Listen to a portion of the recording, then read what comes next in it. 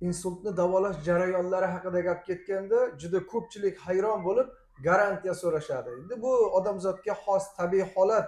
O'sha sarflanayotgan pullar, sarflanayotgan vaqt, ishonch bularni hammasi garantiya bormi deb so'rashadi-da. Aslida esa biz o'zimiz o'sha davolanuvchi, so'rovchi bemorning o'zidan garantiya so'raymiz. Ya'ni bizning aytgan ovqatlanish tartiblarimiz, o'sha sog'lom turmush tarzi yoki giyohlarni o'z vaqtida iste'mol qilishliklari haqida biz garantiya so'raymiz. Agar mana shu talablarimizga javob bersa, keyin biz ham bemalol garantiya bera olamiz insultning davo topib ketishida, 100% davo topib ketishida. Endi insultning davo topib ketishi haqida juda ko'p videolar bo'ldi, savol-javoblar ham shunga yarasha bo'lmoqda. Endi bugungi kunda bizni klinikamizda shu insult bo'lib kelgan odamlarni qisqa video qilib sizlarga tanishtirib bormoqchimiz.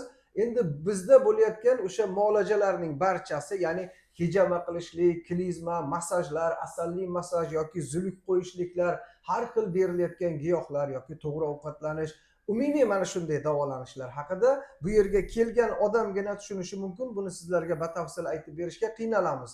Endi mana shu jarayon davomida, ya'ni insultni davolash jarayoni qancha vaqt davom etadi? 10 kunda davo topish mumkinmi? 20 kun? Yo'q, unaqa emas. Bir necha oylar vaqt ketadi. Odam o'sha insult bo'lishligi uchun bir necha yillar davomida harakat qiladi. Insult bo'lish uchun, endi uni davo topishi uchun bir necha oylar vaqt kerak bo'ladi. Mana bugun 7-kun bizni mehmonimiz bor. Bu kishi insult bo'lganlar 4 yil bo'ldi. 3 yildan oshib 4 yilga qadam qo'yildi. Ishemik insult bo'lgan sizda. O'sha ishemik insult bo'lganda siz juda ko'p davolangansiz. O'zingizni aytishingiz bo'yicha. Xolis o'zingiz aytingchi, qayerlarda va qanday usullarda davolanib ko'rdingiz? Shu dori-darmon bilan ko'rdim, foydasi bo'lmadi. Dori-darmonlar bilan ko'rganda foydasi bo'lmadi. Boshqa tabiblardan tavsiyalar, giyohlar oldingizmi? Oldim, ulardan foyda bo'lmadi. Kelib klinikaga anasini olish kerak. Dori va giyohlarimizni rejimga amal qilish kerak. Rejimga amal qilish kerak. Qisqasi shu. Yana boshqa asalariga davolanishlarga ham bordingizmi? Unga ham borganman, lekin rejim bo'lmagan. Rejim bo'lmadi. Bu yerda bizni klinikamizga kelganda o'sha internet orqali keldingiz siz, ammo bu yerga kelganingizdagi o'sha muolajalar sizni qoniqtirdimi? Ha, qoniqtirdi.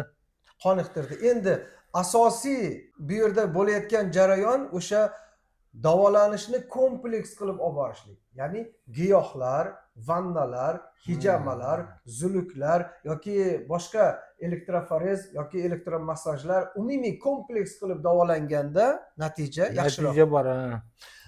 Siz o'zingizdagi birinchi kelgan kuningizdagi holatlarni aytgan edingiz. Bugun 7-kun. Yana qanaqa o'zgarishlar bo'ldi? O'zi normalni yaxshi yuryapman. Nima desam? Sal gapirishdan qiynalyapman, oldingidan emas. Shu yengilliklar yana avval gapirishga juda qiynalardingiz, hozir yengil bo'lib qoldi. Yengil bo'lib qoldi. Hali muolajalarimiz oxirigacha endi boshlandi. Endi 7 kun bo'ldi hali. Endi hijamalar boshlandi.